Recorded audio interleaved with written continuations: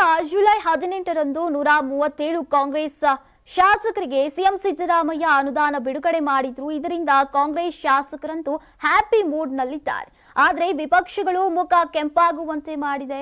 ಇಷ್ಟು ದಿನ ಅನುದಾನ ರಿಲೀಸ್ ಮಾಡ್ತಿಲ್ಲ ಅಂದವರಿಗೆ ಇದೀಗ ಅನುದಾನ ರಿಲೀಸ್ ಮಾಡಿದ ಮೇಲೆ ಸಿಟ್ಟಾಗಿದ್ದಾರೆ.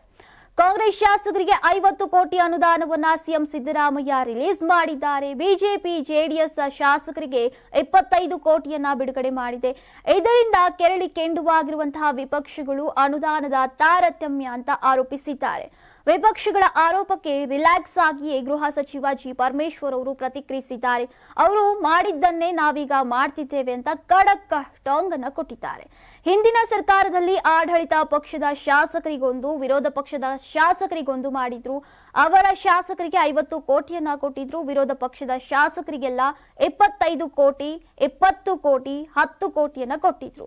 ಅದನ್ನೇ ನಾವು ಫಾಲೋ ಮಾಡ್ತಿದ್ದೇವೆ ಅಂತ ಸಮಜಾಯಿಷಿ ಕೊಟ್ರು. ಅಲ್ಲದೆ ಡೆವಲಪ್ಮೆಂಟ್ ನೋಡಿಕೊಂಡು ಅನುದಾನ ಕೊಡ್ಲಾಗತ್ತೆ.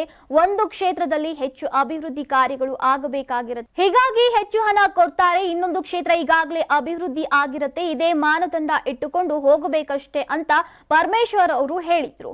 ಒಟ್ನಲ್ಲಿ ಮಾಡಿದ್ದುನ್ನೋ ಮಹಾರಾಯ ಅನ್ನುವ ಗಾದಿಯ ಮಾತಿನಂತೆ ವಿರೋಧ ಪಕ್ಷಗಳ ಸ್ಥಿತಿಯಾಗಿದೆ. ವೀಕ್ಷಕರೇ, ಯಾವ ಸರ್ಕಾರವೇ ಇರ್ಲಿ ಅನುದಾನ ತಾರತಮ್ಯ ಸರಿನಾ ಅನ್ನೋದನ್ನ ಕಾಮೆಂಟ್ ಮಾಡಿ ತಿಳಿಸಿ. ನಾನು 86 ಕೆಜಿ ಇದ್ದವಳು 71 ಕೆಜಿ ಬಂದಿದ್ದೀನಿ. ವಯಸ್ಸಾದ್ಮೇಲೆ ಸ್ಮಾರ್ಟ್ ಆಗಿ ಕಾಣ್ತೀರಾ ಅಂದ್ರೆ ಜಿನ್ನಿ. 126 ಕೆಜಿ ವೇಟ್ ಇದೆ. ನಾವು ಈಗ 114 ಕೆಜಿ ಲೆಕ್ಕ ಬಂದಿದ್ದೀವಿ. ಯಾವುದೇ ಸೈಡ್ ಎಫೆಕ್ಟ್ ಆಗಿಲ್ಲ. 84ರಿಂದ 50 ಕೆಜಿ ಬಂದೆ. ಆಮೇಲೂ ಸಣ್ಣಗೆ ಫಿಟ್ ಆಗಿದ್ದೀನಿ. ಅದಕ್ಕೆ ನಾನು ಯೂಸ್ ಮಾಡ್ತಾ ಇರೋದು ಜೀನಿ ಸ್ಲಿಮ್. 84ರಿಂದ 50 ಕೆಜಿ ಬಂದೆ. ಆಮೇಲೂ ಸಣ್ಣಗೆ ಫಿಟ್ ಆಗಿದ್ದೀನಿ. ಅದಕ್ಕೆ ನಾನು ಯೂಸ್ ಮಾಡ್ತಾ ಇರೋದು ಜೀನಿ ಸ್ಲಿಮ್.